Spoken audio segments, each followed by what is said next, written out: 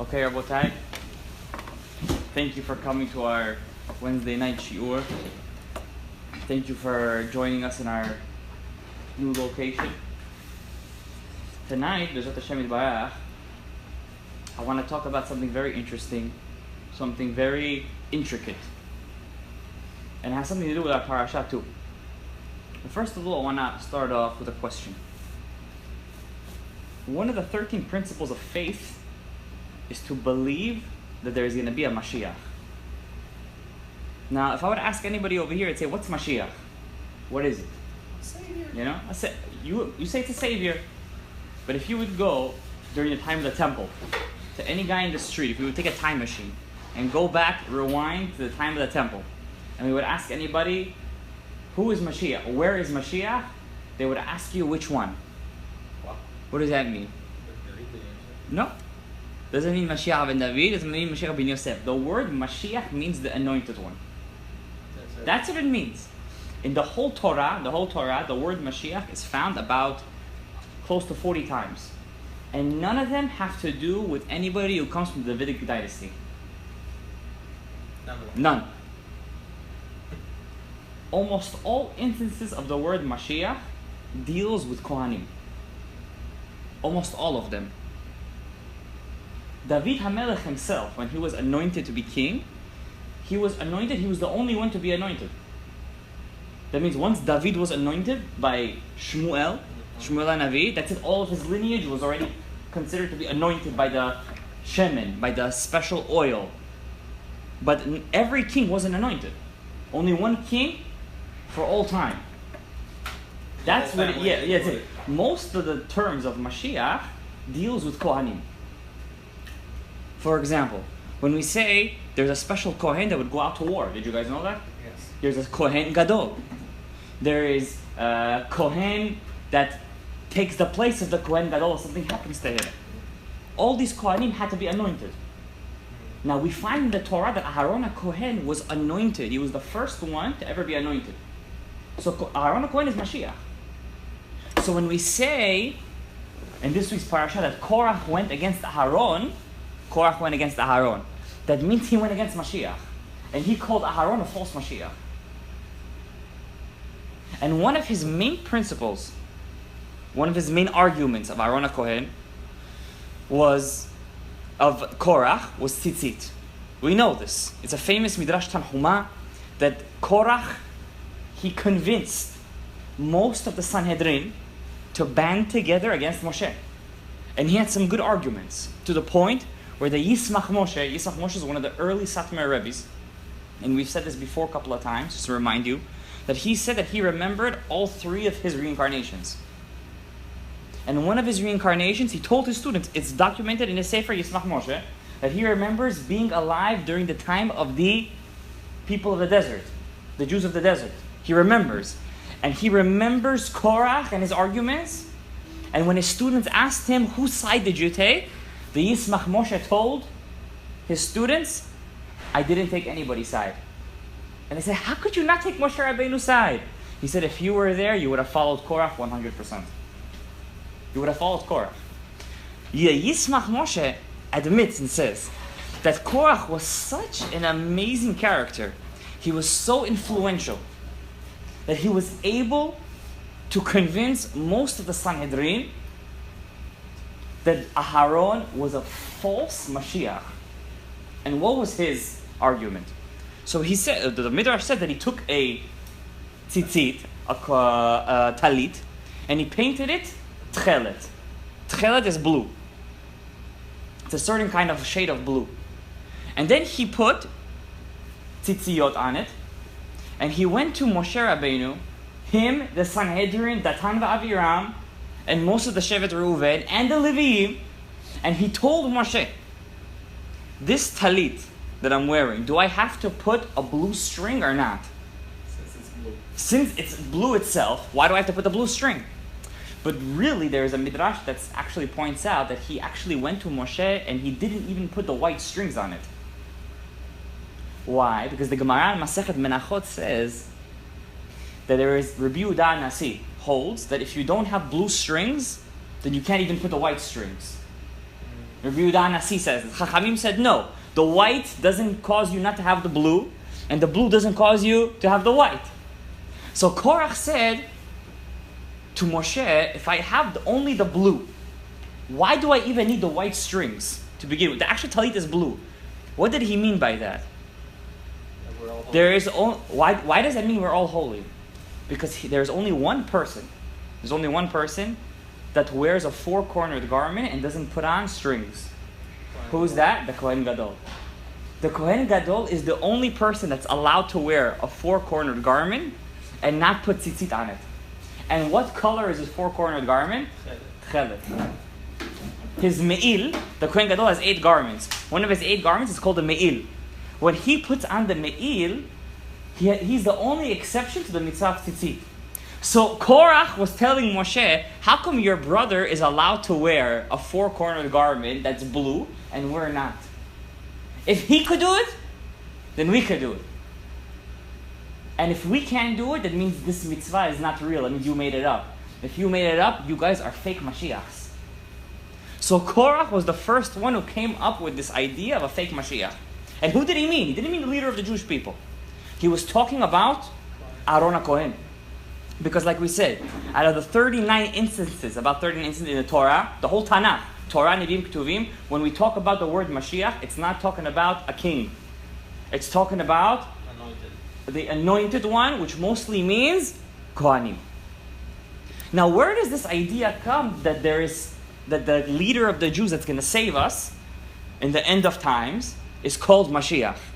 Where do we get this idea from? From Gemara. From the Gemara. And where do we get the idea that there's something called Mashiach ben Yosef?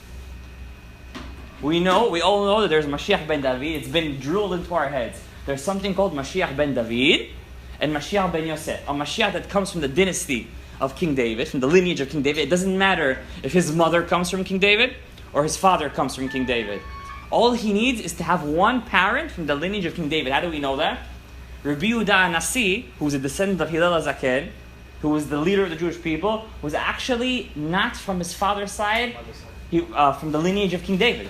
He was related to King David, to the David HaMelech from his mom's side.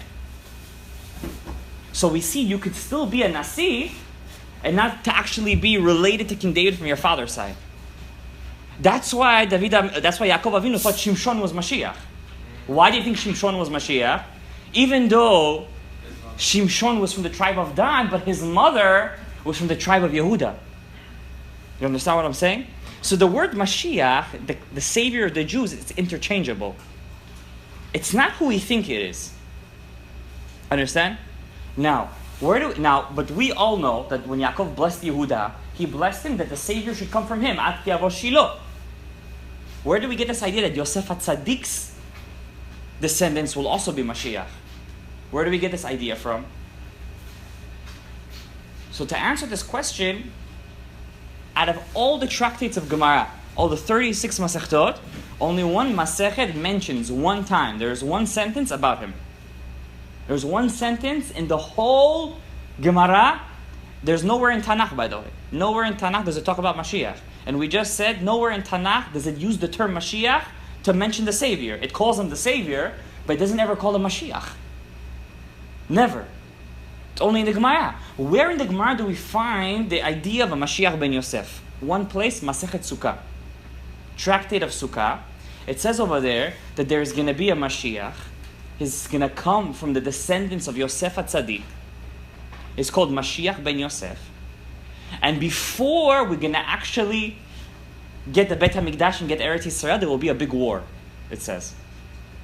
A big war, and this character will die. He will die in this big war. And the families of Israel will mourn for him. The families of Israel will mourn for this character. Now, the Kritmachs, the people who believe in the cross, they took this passage and they changed it. They said that the Mashiach will die to atone for our sins. But that's not what the Gemara says. The Gemara says, For Mashiach to come, and this is very important, guys, to understand this is to understand Mashiach. And we always pray for Mashiach, Hashem, send Mashiach, send Mashiach. We don't know what Mashiach is. For Mashiach to come, there has to be one big event. Something has to happen for Mashiach to come. What is that? What do you think that is? For Mashiach to come, what has to happen? War. A war, you're saying? No. Doesn't have to be a war. Something has to happen in the Jewish society. There has to be a certain awakening. What is that called? It's one word. Teshuvah. For Mashiach to come, we have to do Teshuvah. If there is no Teshuvah, Mashiach doesn't come. It's Mifurash and Masechet Sotah in the last Mishnah. That if the Jews do Teshuvah, He will come. If they don't do Teshuvah, He will not come. Now, Hashem can't force us to do Teshuvah. And Hashem is not going to kill a man, which is what the Kritmachs believe, that he took the Savior, Yoshka, killed him to atone for their sins. That's what they believe. But they took the pasuk from the Torah and they misconstrued it. It's not that He's going to die for our sins. He's going to die to cause us to do Teshuvah for our sins. Because the Gemara says, when a person is by a man's bed and he's about to die, what does he have to do? You're related to him or you're not related to him. That's the guy. You have to rip your shirt. Even if you're not related to him. Rav Moshe Feinstein says it's even applicable to people who work in hospitals today.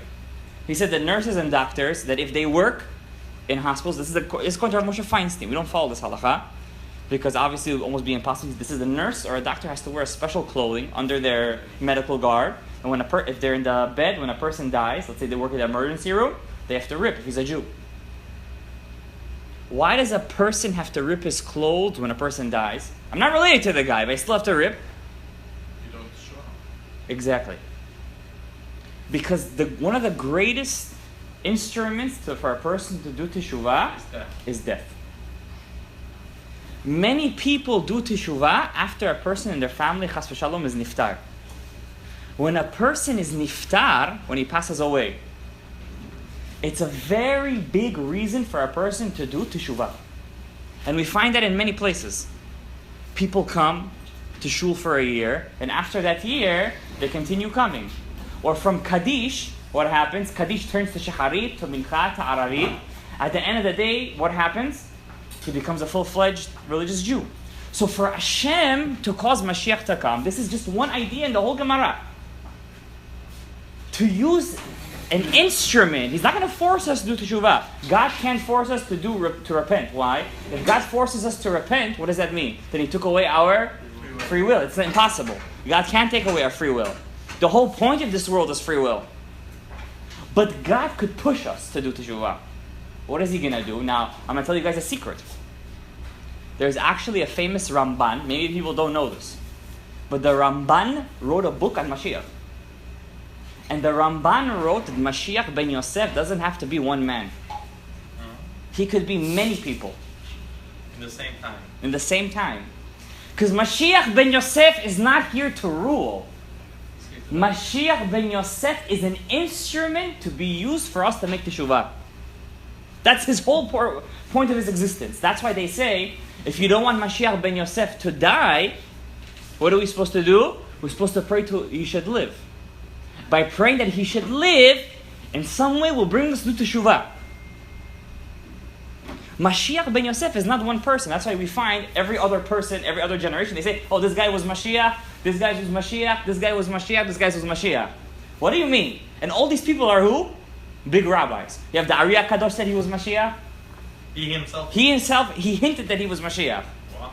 When the Shar Gilgulim says, and when the Ari HaKadosh went to pray by the grave of Shmaya v'Avtalion, when he went to pray over there, the Ari says he did something called Hishtatchut al Kivrei Tzadikim. What does it mean, Hishtatchut al Kivrei Tzadikim? There's a special thing that a person could do. Don't try this because it's not going to work properly for you. Where you have to lie down on the actual grave of the person. Lie down. That means the guy is dead. He's under the ground. You lie down on the grave, face to face, hand to hand, leg to leg, body to body. You think of certain incantations, and the dead man will speak to you from under the ground. That's called Hishtatchut al Kivrei Tzadikim. The Ari HaKadosh was able to do this. So one day he goes to the Galil, and I was zocher to do this, not to actually shtatchut, but to pray at that grave of Shmaya v'Avtalion. They were one of the leaders of the Jewish people, and he did the yishtatchut. And after he got up from the grave, he told Rav Chaim Vital in secret, and he wrote it down, that they told him, the rabbis who are dead, they told him from under the ground that he should pray that Mashiach ben Yosef shouldn't die. That's what they told him. So Rav Chaim Vital said, in our stupidity, we didn't realize that he was talking about himself. And unfortunately, because there was a lot of fighting between the rabbis, because the Ari Kadosh gathered 10 students, and he said, you guys have to love each other. The only way Mashiach could come is if you 10 students will love each other. And because they didn't love each other, why didn't they love each other? Because their wives caused them to fight. Because what happened is, for a person to love each other, you have to live like a family. So what they did, they rented 10 houses in the same courtyard, and it was Erev Shabbat, and one wife fought with the other wife, and she went to complain to her husband, and her husband said, what? You're messing with my wife? He goes to fight with the other rabbi, and suddenly Erev Shabbat turned into Tisha B'Av, and the Ari said, because you guys fought, I'm going to die this year. And he died. And he died. And he was supposed to be Mashiach ben Yosef. Now, there was another character in Jewish history that's famously known to be Mashiach ben Yosef. His name was Rabbi Shimshon Maastropolia. You never heard of him. I heard of him. So now you heard of him too. Rabbi Shimshon Maastropolia, and this is very important to our shiur tonight, because tonight we're going to talk about a character in Jewish history that everybody here heard of. His name was Shabtai Tzvi, Shem Roshaim Yirkav. He was notorious for being the most successful false messiah. When I say the most successful, I mean, you have a Shulchan Aruch over here? Every rabbi who gives a commentary is holy, right? One of the commentaries on the Shulchan Aruch is called the Taz. You guys heard of the Taz, right? The Taz, Rabbi David HaLevi. Shabtai Tzvi was so successful in fooling the Jews that he was Mashiach, that he caused the sons of the Taz, to eat food at Tisha B'Av. Do you know what that is? You know who the sons of the Taz were? They were enormous Talmidei Chachamim. I'm not going to say their names. Enormous. He was so good at what he did that when they visited him in jail, he was in jail. He was in jail by the Grand Vizier of Turkey, of the Ottoman Empire. They told him he said to them that God came to me in a vision and told me, since I am Mashiach, the holiday, because Tisha B'Av is called a holiday, of Tisha B'Av is cancelled, and not only you're allowed to eat, you have to eat, and they ate. And after a year, when he converted to Islam, because that's what happens at the end of the day when you're fake, he converted to Islam, this Shabtai Tzvi, because what happened? He famously went to the Sultan, and he told him politely to give me Jerusalem so I could start the Mashiach process. And you know what the Sultan told him back? How about this for a counter offer? Either you convert to Islam or I cut off your head right now. And what did Shabtai Tzvi do? Happily accept Islam and Muhammad. And that was the end of the whole story. Because when you're a false Mashiach, and what did he say to fool everybody that he had to convert to Islam? What did Shabtai Tzvi say? He had to convert because he had to collect the holy sparks from the Muslim. That's what he said. That's everybody's excuse. We got to collect the holy sparks. You could collect the holy sparks while being Jewish. You don't have to convert to Islam. And because he did that charade, I don't want to get into it right now because I'm going to ruin the whole sequence of events. Because we're talking about Mashiachs right now. And what is Mashiach? And what is he supposed to do?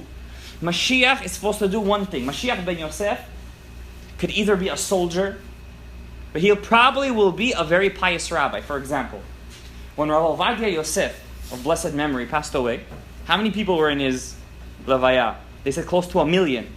There was one of the biggest levayot. Before him, who had the biggest levaya? Rav Moshe Feinstein. He had over 600,000 people in his levaya. Rav Ovadia had close to 1 million. This is unheard of from the time of the Tanaim, from the time of Rabbi Yehuda Nasi. This is unheard of to have so many people. And it's when a great person dies, it's a very big, it's like a cataclysmic event that causes people to do teshuvah. That's the point of people dying. And what did Rav Ben Sion Mutzafi say when Rav Ovadia Yosef passed away? He says he was a nitzotz of Mashiach ben Yosef. How was he Mashiach? He died. Mashiach ben Yosef is supposed to die. He's supposed to die not to atone for our sins like the Kritmach say. That Yoshka died to atone for our sins. No kind of thing. God can't take away free will. He's supposed to die to cause us to teshuvah. And that's what people don't understand. Mashiach is not supposed to come to a broken world. He's supposed to come already to a fixed world. He's supposed to come to a world where we do teshuvah already. You understand? Mashiach ben David at least. Now, the character we're going to talk about tonight, and I want to take his life story and put it into a little point, because the whole point of his life story of his is why we're learning about this guy. Shem Resha'im Yirkav. I don't want to learn about this guy. And to tell you the truth, it is dangerous to talk about this person. It is dangerous. Because when you talk about a dead person, his neshama wakes up in Shamayim. That's why when you make a yushvo, when you make a hilulah of a tzaddik, what do? Before we do Dvar Torah, we talk about the guy. When you go to a grave of a righteous man, first you learn his Torah. You understand what I'm saying? You have to do something pertaining to him. That's the whole point. By doing that, you awaken the guy's soul. Shlomo Melech said, Siftotav Tovavot Bakever. I'm learning right now Torah of a certain tzaddik. His mouth is moving in his grave. He's learning with me. Okay? But this Shabtai Tzvi, Shem Resha'im Yirkav, he had a very, very close disciple. I wouldn't call him his disciple, because the Ari HaKadosh says, Mashiach doesn't come alone. Who does he come with? He comes with a prophet. Eliyahu Hanavi. Mashiach comes with Eliyahu Hanavi. Moshe Rabbeinu, when he came to Paro, who did he come with? Aharon HaKohen. When Mashiach is going to come in the future, maybe in our days, he's going to come with a Navi. This Navi is going to be the Gilgul of Pinchas, the Ari says. Who is Eliyahu? A Navi. So this Shabtai Tzvi, he had a prophet. He had to have a prophet, because Mashiach doesn't come without a prophet. This guy lived in Gaza. His name was Nathan. Nathan is not such a good name, by the way. Nathanael, yes, but not Nathan. This Nathan from Gaza was his prophet, and he actually had visions. And we're going to discuss them in a second, what kind of visions he used to have. But before we start, let's talk about who Shabtai Tzvi was. Shabtai Tzvi was not a Sfaradi. I have to start saying that. He was Ashkenazi. What do you mean he was Ashkenazi? Shabtai Tzvi was born to parents who immigrated from Europe to Turkey, to the town of Izmir. Izmir is a very important coastal city. It's a very, very big trade route, and that's where a lot of business happens. He was the youngest of three brothers, Eliyahu, Yosef, and Shabtai. He was the baby of the family, and as a young boy, he was known to be a complete genius. What's the name mean? Shabtai is the name of a star. It's the name of a planet. It's the name of Saturn. It's the star of the Jews. That's why our holiest day is called what? Shabbat. Because the star Shabtai, that means whoever is born on a Saturday is not supposed to have a good mazal. Because whoever is born under the star of Shabtai, the Gemara says, God forbid, under his mazal, he's not supposed to have kids. And our earliest father, who was our first father? Avraham Avinu, he was born under that star. That's why he wasn't supposed to have any kids. So what did God tell him? If you want to get out of Shabtai, then what do? Move and take the aleph out and make yourself Shabbat. So the reason why we keep Shabbat is to counter the effects of our mazal, which is a very bad mazal. The Jewish people are born under a very bad mazal. That's why we keep Shabbat. The whole point of Shabbat is to count. That's why we're above the mazal. What does it mean we're above mazal? Shabbat makes us above mazal. You don't keep Shabbat, that means you are you fall under the category of your mazal. You don't want that, because you don't have a good mazal. That's why you keep Shabbat. So he was the youngest of the three brothers. The two older brothers, before we get to that, his father was a butcher. He used to deal with poultry. Not a very respectable job. Very smelly job.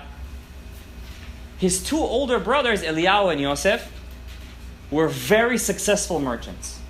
Because you have to understand that Shabtai Tzvi, Shem Resha'im Yirkav, he was so successful that people in Europe, he was living in Turkey, people in Europe were believing in him. How did they believe in him in a time when there was no phones, there was no televisions, there was no news, there was no YouTube? How did they even know of him? His brothers, which were very big merchants, they printed stuff about him and they sent it to all four corners of the world because they used to do business to all over the world. So this Shabtai Tzvi was the youngest of three brothers, as we said, and he was the only scholar of the family. He was so smart, at the age of 18, he was already a chacham. Chacham means that he was already had smicha from all the rabbis of Turkey. He was known to be a chacham, he was the chacham. But he had a problem. This is, I'm telling you, based on the historical aspects of him. I'm going to get into the Kabbalistic, what did the Mekubalim say about him at the end. Shabtai Tzvi had a problem. What was his problem? He was a loner. Now, when a person is a loner, he's either one of two things. He's either socially inept to deal with people, or on the other hand, he's so smart, people just can't handle him.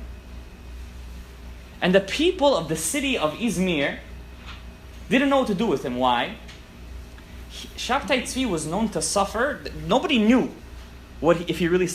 Today we say he suffered from this. But nobody really knew what he suffered from back then. There was no really psychology back then. He suffered from manic depression. What does that mean, manic depression? People who are, or some people call it bipolar disorder. What does that mean if a person's bipolar or has manic depression? A person who suffers from this, he goes through a state of complete euphoria, where he could do crazy things. When I say crazy things, that means a person who suffers from this psychological disease, which there is no cure for, could sometimes not sleep for weeks when he's if he's really bad, his condition is bad. But when he gets depressed, he's like out for months even. He's depressed, doesn't want to talk to anybody, he's a little dark, does crazy stuff. So this Shabtai Tzvi, as a boy, he used to go into the woods and not speak to anybody. He used to like disappear for weeks. Nobody knew what happened to him. Some people used to see him as a holy man. Some people used to see him as a quack. But the craziest thing he used to do, when he used to come back to the city, he used to tell people that I could fly. And then when they would ask him, so show us that you could fly, historical accounts tell us he would tell people, you're not worthy to see me fly. That's what every quack says. But the Kabbalistic sources, the Mekubalim, the Jewish historians tell us that he really used to do this crazy stuff. How would he do it? And this is also accounted for in the historical accounts of him, because he's very well documented. He used to say God's name. He used to walk around Turkey, Izmir, and he used to say the name of God. Which name of God? Yud-Kei Vav-Kei. Now, we don't say that name. Because if you say that name, what do you get? Karet. Only one man could ever say that name in the one time in a year, the Kohen Gadol, and Yom Kippur. That's it. If we say that name, it's Karet. He used to walk around his town saying God's name. He would say, I don't need to say Amonai. I could say God's name. It got so bad that he was kicked out. He was kicked out. Now, what was even worse, he got married, Shabtai Tzvi, during his lifetime 5 times. 5 times. 3 different, one woman he got remarried to. We're going to talk about that too, what happened over there. It was crazy. First, when he was young, he got married to 2 different women, and he got divorced after a couple of months. I don't like saying that word, but I have to say it for the context of the story. Why did he get divorced right away? His young bride, because he was so smart, people wanted him as a chatan. He was such a smart guy, but what happened was after a couple of months, the girls would complain to their fathers. What would they say? He doesn't sleep with me. He doesn't consummate the marriage. And we're married for a couple of months already. He doesn't touch me. And we're going to learn, B'ezrat Hashem Yitbarach, that when Shabtai Tzvi used to go into his manic depression phases, he used to do crazy averot. Crazy averot. One of the averot that he used to do, he used to wear talit and tefillin and sleep with men. And people still believed he was Mashiach. That's how good he was. People still believed he was Mashiach. So the Shabtai Tzvi, he was, some historians say he was a closet homosexual. That's why he wouldn't consummate his marriage with his wives. You understand what I'm saying? But you have to understand, to be a rabbi in the Jewish world, you can't be that. You understand? You have to be married. Appearances. Exactly. So what happens? This Shabtai Tzvi gets kicked out of his hometown. When I say kicked out, I mean they gave him a diploma that this guy is a quack. He's running around telling people that he could fly. He has these manic depression disorders. He's crazy. They kick him out. Where does he go to? He makes his way to Egypt. In Egypt, that's where he starts to get popular. All the crazy stuff happened in Egypt. This is where he starts to get popular. First, he finds a wife. What is her name? Sarah. Till now, he didn't say he was Mashiach, by the way. He didn't actually say, I'm Mashiach. He would say crazy things, I'm a prophet, I see visions, but he wouldn't say, I'm Mashiach. We're going to see, somebody forced him to say that he was Mashiach, and he went with it. He went to Egypt, and he met a woman over there. Her name was Sarah. The Mekubalim say that the name Sarah is a very powerful name for a woman. The name Sarah, the name means to rule. Now this Sarah was an orphan at a young age. And why did Shabtai Tzvi marry her? She was about 35 years old at that time. When she was a young girl, she was also Ashkenazi. She used to claim that when I grow up, I'm going to marry Mashiach. So she suffered from the same manic depression as Shabtai Tzvi, so they made a very good shidduch. So when Shabtai Tzvi heard that there's a girl in Egypt that claims that she's going to marry Mashiach, he said, wait a second, I'm Mashiach, and this girl claims she's going to marry Mashiach. It's a shidduch from Shamayim. Now the problem was that this girl claimed she was a Betulah, the Sarah. But there's historical accounts that say that she was actually a woman that actually sold herself to men. Now this made her even more wantable to Shabtai Tzvi. Why? There is a prophet. If you guys learn Tanakh a bit, which you guys should. Because the Ari says you can't get your full nefesh until you learn the whole Tanakh. There's a prophet called Hosea. God comes to Hosea and tells him, my sons sin to me. So Hosea says, so switch them to a different nation. If they sin, switch them. So then God tells him, go marry a certain promiscuous woman. And then Hosea marries her, and then God tells him, now divorce her. He says, I can't divorce her right now. I have kids from her. So God says, so how did you tell me to divorce my kids? And then he starts with this whole prophecy. So when Shabtai Tzvi heard that she was this kind of a woman, now he said, I'm marrying the Gilgul of this promiscuous woman that this prophet Hosea married. So this guy was a kook. He was a total kook. But, he knew that he had a problem. That's the thing. He knew that he had a problem. He knew that he suffered from a certain illness. So he went to a doctor. Now this doctor is the guy who ruins everything. He ruins everything for the Jews because you have to understand, because of Shabtai Tzvi, till today Ashkenazim don't learn Kabbalah. Now you think I'm joking. They might not admit it, but this is the reason. Because of Shabtai Tzvi, great rabbis went neck and neck with each other, like to the death. Because of Shabtai Tzvi, the Ramchal, Rav Moshe Chaim Luzzatto, was chased after, beaten to the point of death, made fun of, and called a false Messiah himself. The Ramchal. Mesilat Yesharim, yes. He wrote a famous Mesilat Yesharim, Path of the Just. Because of Shabtai Tzvi, hundreds of Jews converted to Islam. Maybe thousands even. So this Shabtai Tzvi, after he got married, he went through a state where he was a good boy for a certain couple amount of months, and he heard of a guy called Nathan of Gaza. Who's this Nathan of Gaza? So some people say that he was a total fraud. But the religious historical people say that this guy actually had the ability to tell a person what's his gilgul. He would look at you and tell you what's your gilgul and what you need for your tikkun. Like this kind of guy he was. Now, to understand why is that important? Why is that important? Shabtai Tzvi lived in the 17th century. He was born in the year 1626. This was right after the Ariya Kadosh. Now, the Ariya Kadosh introduced to the world of Kabbalah, which was mainly composed of theoretical Kabbalah, it's something called theurgy. What's that? Theurgical Kabbalah. What is that? That's the Kabbalah of Tikkunim. What does that mean? Before the Ariya Kadosh, what was Kabbalah? Kabbalah was, how did God create the world? What does God want us to do? What's the different sefirot? It's all theoretical things. And it's not something that's tangible. I'm not saying that it's theoretical. It's not tangible. The Ariya Kadosh came along and introduced something called Tikkunim. What's Tikkunim? God forbid a person, God forbid, he does adultery. To fix the sin of adultery, he has to fast something like 217 fasts. God forbid a person has ga'ava.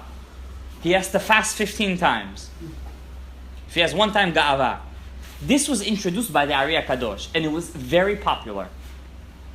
So Shabtai Tzvi, on his way back to Jerusalem, he was going to Jerusalem because that's where he thought that his tikkun would come true. He went and passed by Gaza. You guys know Gaza today, that's where all the Palestinians are. It's a very, very place of big tum'ah. The Jews never conquered Gaza. Never. And he met this guy, this doctor, who gave out tikkunim to people. His name was Nathan. Nathan of Gaza. He was a very, very interesting figure. Why? The accounts say that he was looking like a woman. What does that mean? He didn't grow any facial hair. He was a tall guy. And he was the student of the greatest scholars of Yerushalayim. And he was married to the daughter of one of the biggest rabbis of Israel at that time. So this Nathan of Gaza, had a lot of power. And people believed him. When he met with Shabtai Tzvi came to fix himself. What did Nathan of Gaza tell him? Why fix yourself? Just the opposite. Your visions are real, he told him. You are the Mashiach. When he heard that, that's when it broke. That's when the vessels broke. When Nathan told him that you are the Mashiach, and we don't know why he told him this, if he saw something, if he believed in something. When Shabtai Tzvi heard that this Nathan of Gaza told him, you don't have a problem. People who think you have a problem, and you are the Mashiach. Shabtai Tzvi went on a crusade. A crusade, I just want to tell you how successful he was. To say that 100,000 European Jews sold all of their belongings in Europe to move to Jerusalem will not be an exaggeration. Tens of thousands of Jews were going insane, in Europe especially, and they said Mashiach is here. They believed him because he was doing crazy stuff. When he was manic depressive, he used to do amazing things. Some people say that it was not manic depressive, he used to use Kabbalah Ma'asit, really, and he was successful. And not only that, Shabtai Tzvi looked like Mashiach. I mean, when I think of Mashiach in my mind, what do I see? What kind of guy? I see a tall guy, handsome. Shabtai Tzvi, the historical accounts say, was over 6 feet tall. He was a very good-looking man. Not only that, he had an amazing voice. He was an amazing chazan. There was a story that they said one of the first things Shabtai Tzvi did as Mashiach, he went to Constantinople. That was the capital of the Ottoman Empire. Because, you see, to be Mashiach, you have to conquer the king of the world. Who was the king of the world at that time? The Sultan. So when he went to Constantinople, he did 2 things. First thing, he said that you have to celebrate Pesach, Shavuot, and Sukkot all in the same week. That was his first enactment. And the Jews, it's pretty good. You don't have to spend a lot of money 3 times a year to make 3 holidays. And now you all spend everything in 1 week. So the Jews said, okay, we'll go with that. But then the second thing he said, there's no more Shiva Asar B'Tammuz. The 17th of Tammuz, which is coming up, the fast, is abolished, no more. And then he claimed that he was born on Tisha B'Av. Why did he claim he was born on Tisha B'Av? What does the Gemara say Mashiach is born? On Tisha B'Av. The destruction is the day that he was born. So Shabtai Tzvi, and people were not ruling him out. And we have to understand that it's not an exaggeration to say 70% of all the rabbis of the world at that time, I'm not talking about small rabbis, I'm talking about giants in Torah, believed in him. Now I want to ask you guys a question. What would cause people to believe in and I'm saying you this story, you say, this guy is a weirdo, he's crazy. How could they even believe him? Why would they believe him? So one of the reasons they believed him was because Shabtai Tzvi lived in the time of the Gezerot of Tach V'Tat. What's the Gezerot of Tach V'Tat? There was pogroms. One of the big tragedies of the Jewish faith, of the Jewish nation, is the big pogroms of 1648 and 1649. The Chemlaneski pogroms. Spain was the year 1492. I'm talking after, about 100 years after. What were the pogroms of 1648, 1649? The Jews that lived in Ukraine at that time, who were the Goyim that lived in Ukraine? Ukrainian Goyim, they're the Cossacks. The Cossacks, they were ruled by the Poland princes. Now the Poland princes needed a middleman to rent out their fields, their houses, their things, they to accept rent. And who's the good accountants? Who makes the best accountants? Jews. So the Poland princes used to hire Jews to collect rent money from the Cossacks. And the Jews, unfortunately, it is true, Jews like money. And they used to charge the Cossacks for every little thing. And it got so bad that the Jews used to tax the Cossacks to use churches. That means to get inside a church, to get the keys to the church, you would have to pay. And this got them very angry. Very angry. Till this guy, one of the biggest Rishaim in Jewish history, nobody knows about him. His name was Chemlaneski. He was a Cossack. He got up and said, away with the Polans. Away with the Polish people. And to kill the Polish people, who do you have to go through first? The Jews. So, some historical accounts say that they murdered over 200,000 Jews in Ukraine, which basically means there was no Jews left in Ukraine. Another account say, by the way, Ukraine is one of the countries in the world that's soiled with more blood than any other country. Maybe the single country in the whole of Europe that has the most Jewish blood in it. So some accounts say they killed 200,000 Jews in the pogroms. Some say that's a bit of an exaggerated account. They killed about 50,000, which is not a small number. Basically, they decimated Judaism in Europe, Eastern Europe. Now, every time there is a big tragedy in Judaism, what happens after that? What do the Jews hope for? Mashiach. So since the Jews were reeling from the Gezerot, from the pogroms of 1648 and 1649, and up comes this guy named Shabtai Tzvi and says he's Mashiach, and he's performing miracles and giving out tikkunim and doing crazy stuff, and he's handsome and he has a beautiful voice and he's doing crazy things, the Jews started to believe in him. Rabbis started to believe in him. He was able to change the whole system of thinking. Jews were selling their houses.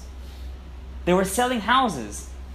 They were selling everything and moving to Israel by the tens of thousands. They were coming by ship. They were coming by foot. They were coming by caravan. He had this huge following. Now, what made him very popular was a rumor that he spread. What's the rumor? This is something that we all love to hear.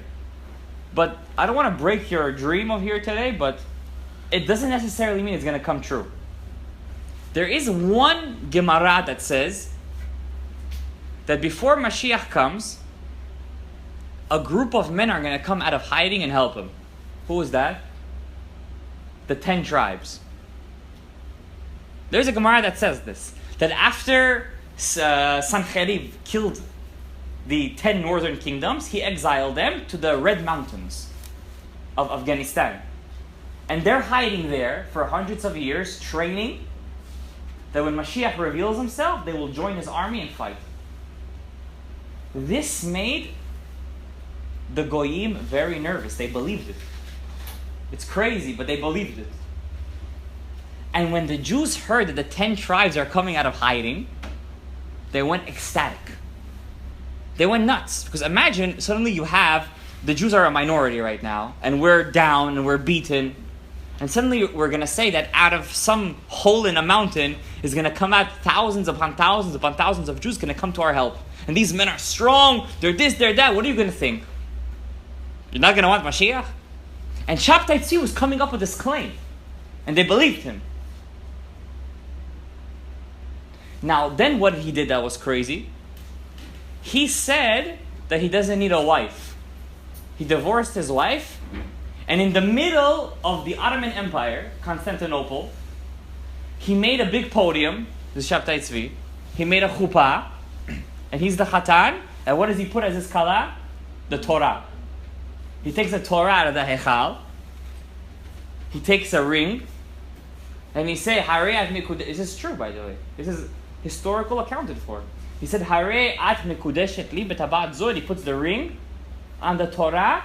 And from then on, he used to sign his documents, Shabtai Tzvi Chatan Torah.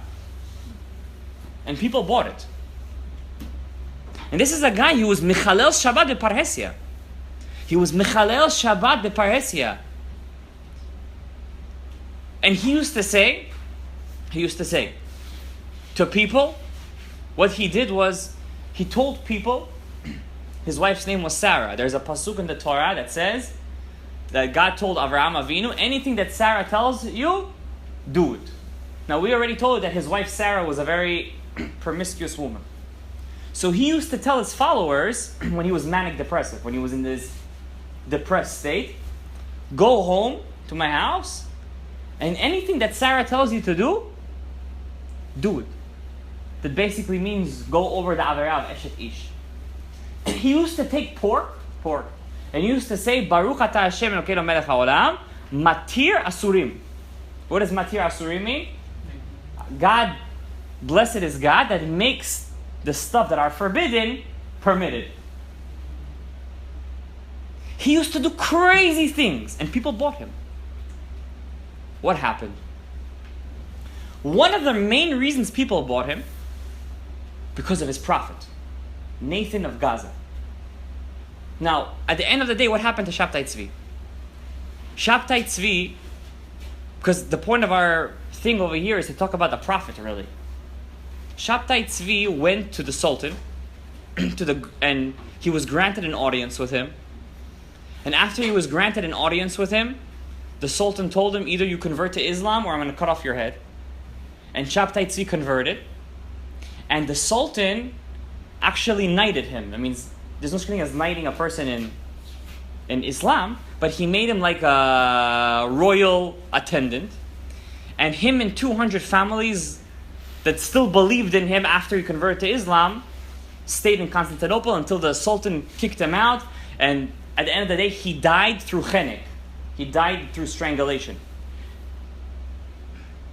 Before we're going to get into Nathan of Gaza, one small thing about Shabtai Tzvi. This is also a very important thing. 237 years later, this false Messiah, now I just want to tell you guys one thing. After Shabtai Tzvi converted to Islam, what happened? All the Muslims of the world got up and said, your Mashiach is false. He converted to Islam. That means, what's the real religion? Islam. And there were big pogroms in Turkey. Jewish blood was being spilled all over Turkey because of this Mishuga. 237 years later, there was a guy called Bechor. This Bechor comes to a rabbi called Rabbi Yehuda Ptaya and tells him, I have the book inside of me. When I pray, I always think in my mind like I want to convert to Kritmach. And long story short, Rabbi Yehuda Ptaya makes yichudim, certain kind of incantations, and he's able to talk to the soul inside this Bechor. And this soul at the end, it's a long story, I'm going to cut it short. I just want to make one small point. The soul comes out, and who's the soul inside of him? Shabtai Tzvi. And all the rabbis in Iraq tell Rabbi Daftai, don't mess with this guy, he's going to hurt you. Rabbi Daftai doesn't listen, and he continues to work to get the soul out of Bechor. But on the way, he asked this soul a couple of questions. And he asked Shabtai Tzvi, he asked him, because you were a huge Talmid Chacham. You knew Kabbalah. You knew Gemara. You knew Mishnah. You knew everything. What caused you to sin? He said, what caused me to sin? When I was being made, when my parents got together to make me, my mother was a Nida. So when I was born, I had a natural tum'ah in me. And no matter how many mitzvot I did, when I started to reach high levels of spirituality, I wasn't ready for it. So this caused me to have my psychological breakage. Rabotai, what does it mean not to keep Avon Nida? Even though Avon Nida is not as bad as Mamzer, but it's a very big tum'ah, and it causes chas v'shalom a stain on the soul of the child forever. Forever. Now back to this Nathan of Gaza. Why is he so important? This Nathan of Gaza, after Shabtai Tzvi converted, he came up with a theory. The reason why he converted to Islam, like we said in the beginning of the shur, because he wanted to collect the holy sparks from the Muslims. This is the famous thing that all the fake Babas say. We got to collect the holy sparks. To collect the holy sparks, you got to give us the holy money. That's how we collect the holy sparks. So this Nathan of Gaza, he died. But he wrote a book. What's this book called? Chemdat Yamim. Now we don't know this, but many of the Sephardi minhagim come from the book Chemdat Yamim. Why? He authored the book anonymously. So how do we know he's the author? By the way, Rav Ovadia says he's not the author. 50 students of the Baal Shem Tov say he's not the author. So why am I so sure that he authored this book, and why is it important? Rabbi Daftai, back to our great hero. He once had a dream. In his dream, he sees a raven. After this raven is 3 malachei Chabala running after it to break the raven to pieces, to kill it. It's called Kafakela. Suddenly this raven turns into a human being, tall, fat, no hair on the face. And he tells Rabbi Daftai, I am Natan Ha'azati.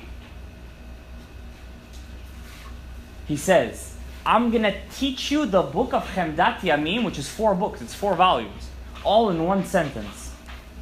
If you're going to say this sentence, you just learn all of my 4 books in one shot. Rabbi Daftai looks at him, he says, how am I supposed to learn 4 volumes in one sentence? He says, very simple.